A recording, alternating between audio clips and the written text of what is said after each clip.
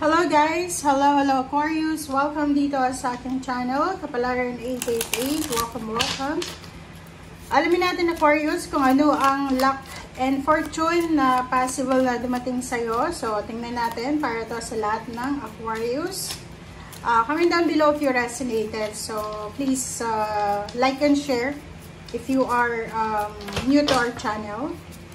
Okay, Aquarius. Number 24, number 6. Kumuha pa tayo ng isa. Aquarius. I hope na nasa tatlo pala. Dalawa. I hope na nasa mabuti kayong kalagayan sa ngayon. Okay? Alright. So, first card natin is number 24. King of Hearts. Okay. King of Hearts. Sinasabi ng baraha dito na ito ay possible na meron. This is number 39, 37. So, yun. Meron na possible na friendship, collaboration. May posibleng like partnership and collaboration. Kung single ka, posibleng may manligaw sa'yo or may magustuhan ka, babae ka man o lalaki. And maybe there's financial offer, job offer, business offer, or anything na pwedeng merong collaboration and tawag dito, collaboration and partnership and attachment. Okay. So, thank you. Second card tayo. This is 9 of Hearts then.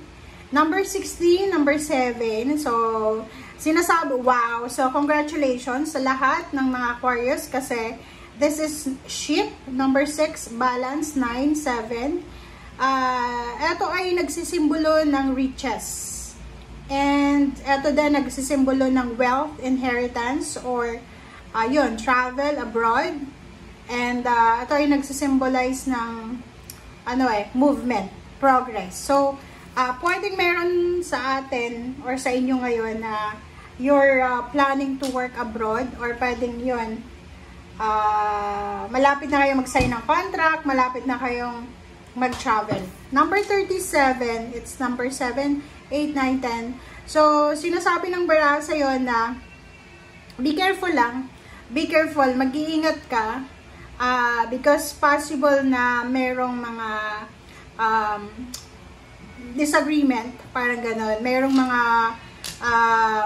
for example, pag-aaway, competition, or maybe may mga iba-ibang opinion. So, pwedeng may makasagutan ka. Or meron kang posibleng tao na parang masasagi mo yung pride nila. Okay? So, ingat-ingat din. Okay. Aquarius.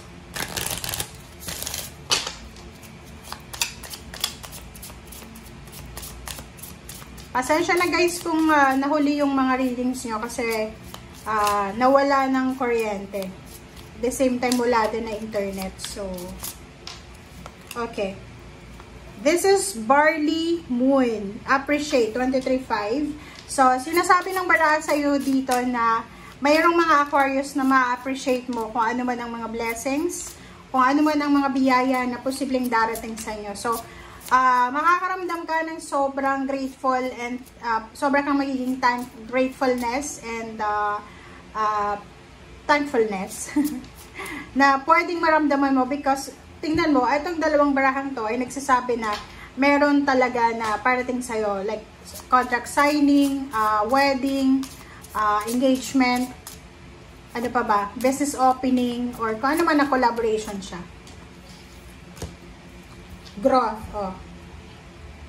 Diba? It's double confirmation from the ship card na sinasabi sa'yo dito ng Ice Moon na hindi ka dapat nag-aalala, wala kang dapat alalahanin, wala kang dapat na isipin kasi etong ship na yan, sinasabi ng baraha, darating na yan sa'yo para bigyan ka ng wealth, ng riches, ng inheritance, ng travel, or talagang bibigyan ka niya ng growth. So, hindi ka dapat nag-aalala. Just let go, let God, let it flow. God, parang the universe and the heaven ay sobrang ano siya, huge and enormous yung blessing. So, mayroong blessings na paparating sa'yo. Kahit sabihin natin na medyo na-delay, but mayroong blessings na paparating sa'yo na pwedeng magdala sa'yo ng satisfaction.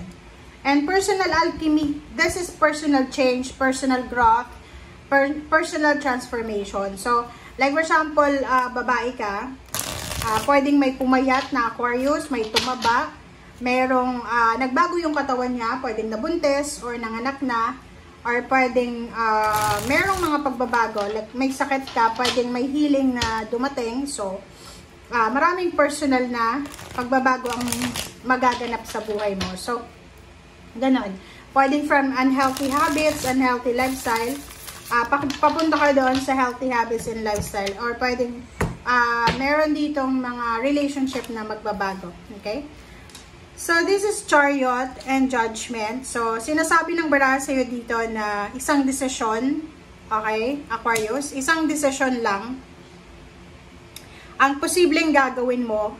And ang desisyon na to ay posibleng magbabago or pwedeng maging rason para magbago yung takbo ng buhay mo. So, ano ba yan? Like for example, kasi ito, Chariot is hard-earned success to eh. So, sinasabi ng baraha sa'yo na lahat ng tagumpay makukuha mo, lahat magiging positibo ang resulta kung mag-decision ka according sa kung ano yung alam mo na gusto mo or alam mo na mangyayari sa'yo. Yung parang sigurado tayo sa kung ano yung gagawin natin. Knight of Wands and Queen of Swords. So, nakikita ko sa'yo dito, Aquarius, na possible na merong relationship. Like, may kakasal or pwedeng may engagement na mangyayari.